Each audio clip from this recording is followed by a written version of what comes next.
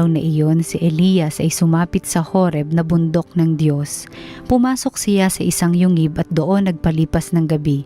Walang ano-ano'y nagsalita sa kanya ang Panginoon. Lumabas ka at tumayo sa ibabaw ng bundok sa harapan ko. Pagkasabi nito'y dumaan ang Panginoon at umihip ang napakalakas na hangin. Sumabog ang bundok at nagkadurog-durog ang mga bato sa lakas ng hangin, ngunit wala sa hangin ang Panginoon. Nang tumigil ang hangin ay lumindol, ngunit wala sa lindol ang Panginoon.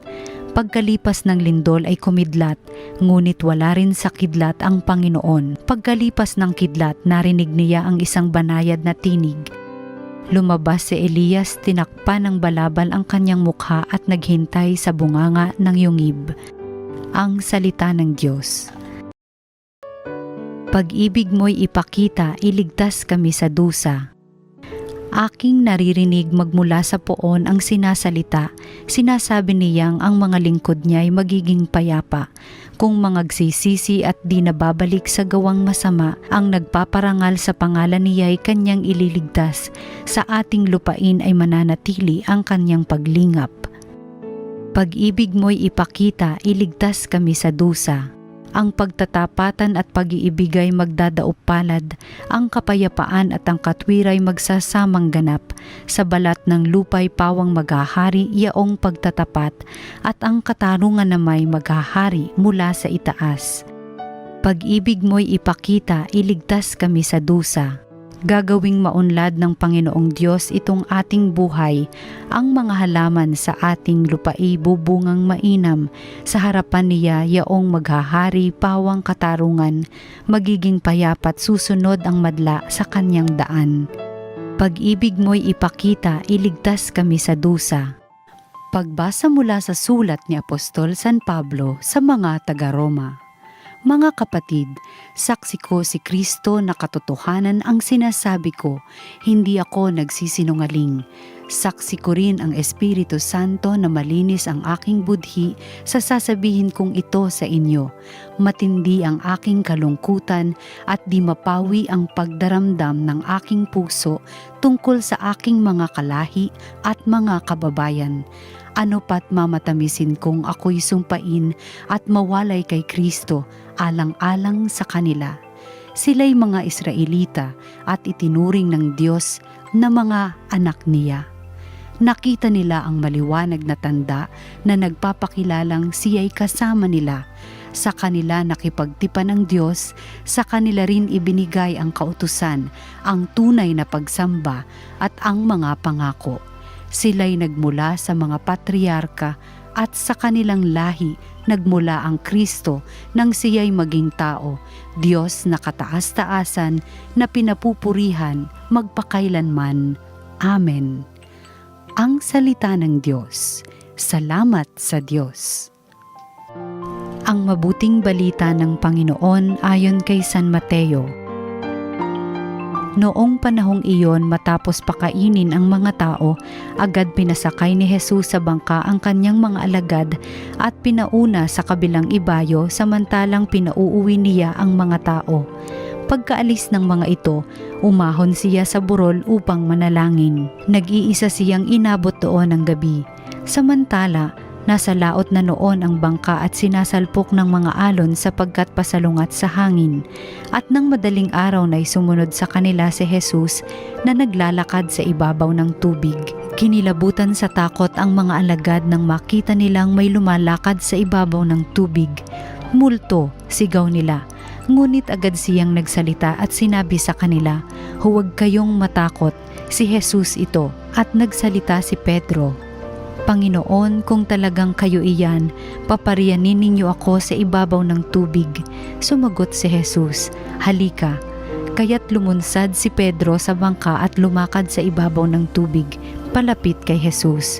Ngunit nang mapansin niya ang hangin, siya'y natakot at nagsimulang lumubog. "Sagipin ninyo ako, Panginoon," sigaw niya. Agad siyang inabot ni Jesus, "Napakaliit ng iyong pananalig." Sabi niya kay Pedro, "Bakit ka nag-alinlangan?"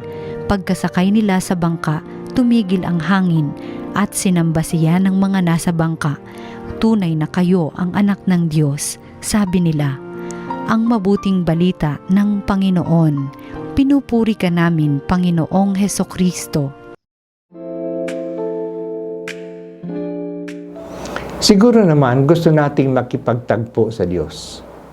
Siyempre, oo. Kaya nga tayo nagsisimba, nagdarasal, tumutulong sa kapwa, nagbabalik handog, at nagpupundo ng Pinoy. Gusto din ng Diyos na magkipagtagpo sa atin. Kaya nga pinadala niya ang kanyang bugtong na anak na naging tao. Kaya nga sinusugo niya ang simbahan na magpahayag ng magandang balita ng pagmamahal niya sa buong mundo. Hindi naman siya naglalaro ng taguan sa atin. Siya ang Diyos na nagpapakilala. Ang tanong ay, anong dapat nating gawin upang makatagpo natin ang Diyos? Ang Diyos ay Diyos. Dakila siya. Higit siya kaysa atin. Ang paraan niya ay hindi ayon sa pamamaraan natin. Handa ba tayong tagpuin siya sa paraan ng kanyang paglapit sa atin? Siya ang masusunod, hindi naman tayo. Pero bukas ba tayo na harapin siya? Si Propeta Elias ay nawala ng pag-asa. Akala niya matagumpay na siya. Napatunayan na niya sa harap ng haring si Akas at ng mga tao na si Yahweh lang ang tunay na Diyos. Si Yahweh ay nagpadala ng apoy sa bundok ng Carmelo upang laplapin ang mga alay ni Elias habang walang nangyari sa mga dasal at mga sayaw ng 400 propeta ng Baal. Pero nagalit ang reynang si Jezebel at nangakong ipapapatay siya.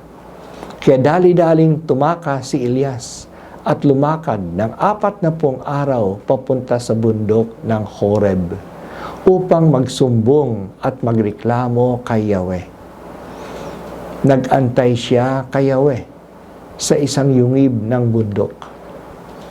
Noong panahon ni Moises, na mga 5,000 daang taon na nakaraan, doon si Moises pumunta sa Horeb, nakilala noong bundok ng Sinai upang makipagtagpo sa Diyos at upang kunin ang mga batas niya. Kaya sa bundok na ito ay gusto rin ni Elias na makipagtagpo sa Diyos. Pero kakaiba ang pagdating ng Diyos sa kanya kaysa kay Moises. Noong panahon ni Moises, dumating ang Diyos sa gitna ng malakas na usok at hangin, na may malakas na kidlat, kulog at lindol. Para ito isang nakakatakot na volcanic eruption. Doon naranasan ng mga Israelita ang Diyos na makapangyarihan. Noong panahon ni Elias, ang Diyos ay wala sa malakas na hangin, o sa apoy, o sa lindol. Umihip ang mahinahon na hangin. Lumabas ang propeta sa yungib at doon niya nakatagpo ang Panginoong Diyos. Nagsumbong siya sa Diyos at doon siya binigyan ng instructions kung ano ang gagawin niya. Pagbalik niya sa kanyang bayan. Si Jesus din ay dumating sa mga lagad, pero sa kakaibang paraan. Dumating si Jesus sa mga alagad na naglalakad sa tubig, sa gitna ng malakas na alon at hangin sa lawa ng Galilea. Kakaiba itong pahayag ng kapangyarihan. Naglalakad sa tubig, sa gitna ng bagyo. Tuloy akala ng mga alagad na multo ang lumalapit sa kanila. Nangaha si Pedro na hamunin si Jesus upang kung siya talaga yon. Papuntahin niya siya sa kanya, sa dagat. Pinalapit siya ni Jesus. Halika, sabi ni Jesus sa kanya. Naglakat nga si Pedro sa dagat. Pero noong nawala ang atensyon niya kay Jesus at mas pinansin niya ang alon at ang hangin kaysa si Jesus, nagsimula siyang lumubog. Tumawag siya at inabot naman ni Jesus ang kanyang kamay at sinagip siya. Pinagwikaan siya ng Panginoon, bakit ka nag-alinlangan? mahina ang iyong pananalig. Makakatagpo natin ang Diyos kung gusto natin at hinahanap natin siya. Pero dumadating siya sa atin sa iba't ibang pamamaraan. Kung tayo ay nagdi-discern, matatagpuan natin siya. Kaya kailangan natin ng kahandaan. Una, maging handa tayo sa kanyang pagdating sa kakaibang paraan. Iba ang pagdating niya kay Moises at iba naman ang pagdating niya kay Propeta Elias sa parehong bundok. Mahinahon ang kanyang pagdating kay Elias, pero sa mga apostol, dumating siya sa gitna ng bagyo. Maaring iba ang pagdating niya ngayon sa atin kapag tayo nagdarasal kaysa pagdating niya noon. Kaya huwag nating ikulong ang Diyos sa karanasan lamang natin noon. Pangalawa, kailangan tayong lumapit sa Kanya upang matagpuan siya. Kailangan lumakad si Elias ng 40 araw para makarating sa bundok ng Horeb. Kailangan si Moises na mag-try na lumakad sa tubig. Pangatlo, kailangan na hindi mawala ang ating atensyon sa Panginoon. Si Elias ay hindi na-distract ng malakas na hangin, ng lindol at ng apoy. Patuloy pa rin siyang nag-antay sa Diyos na darating. Si Pedro ay na-distract ng malakas na hangin at alon. Nawala ang kanyang atensyon kay Jesus. Nang hina ang kanyang pananampalataya. At ikaapat, sa ating kahinaan, tumawag tayo sa Panginoon. Hindi niya tayo pababayaan. Sasangipin niya tayo. Hindi hahayaan ng Diyos na maligaw tayo sa paghahanap natin sa Kanya. Sa banal na kasulatan, may madalas na panawagan sa atin ng Diyos. Lord, I want to see your face. It is your face, O Lord, that I seek. Ang paghahangad na makita ang mukha ng Diyos ay paghahangad na lumapit sa Kanya upang lalo siyang makilala. Sana nasa atin ang hangaring ito. Kung talagang mahal natin siya, lumapit tayo sa Kanya at kinikilala natin, kikilalanin natin siya.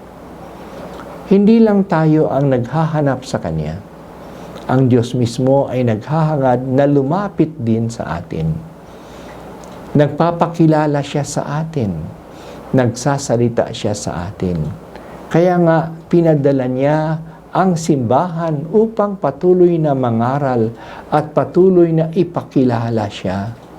Kaya nga ang simbahan ay patuloy na nagdiriwang ng mga sakramento. Kasi ang mga sakramento ay ang mga pagkakataon ng pakikipagtagpo sa Diyos. The sacraments are encounters with Christ.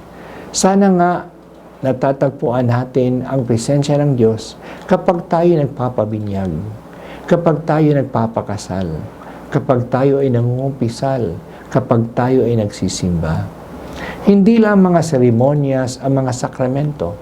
Sa pamamagitan ng mga gawain at mga bagay, nakikita sa mga sakramento, napapalapit tayo sa Kanya. Napapalapit tayo sa Diyos sa pamamagitan ng tubig ng binyag, ng langis ng kumpil at pagpapahid ng langis, ng tinapay at alak sa misa, ng salita ng pagpapatawad sa pagkukumpisal. Iba't ibang paraan ang ginagamit ng Diyos upang mapalapit tayo sa Kanya. Tanggapin natin ang mga sakramento at lumapit sa Diyos. Makakatagpo natin siya sa mga sakramento.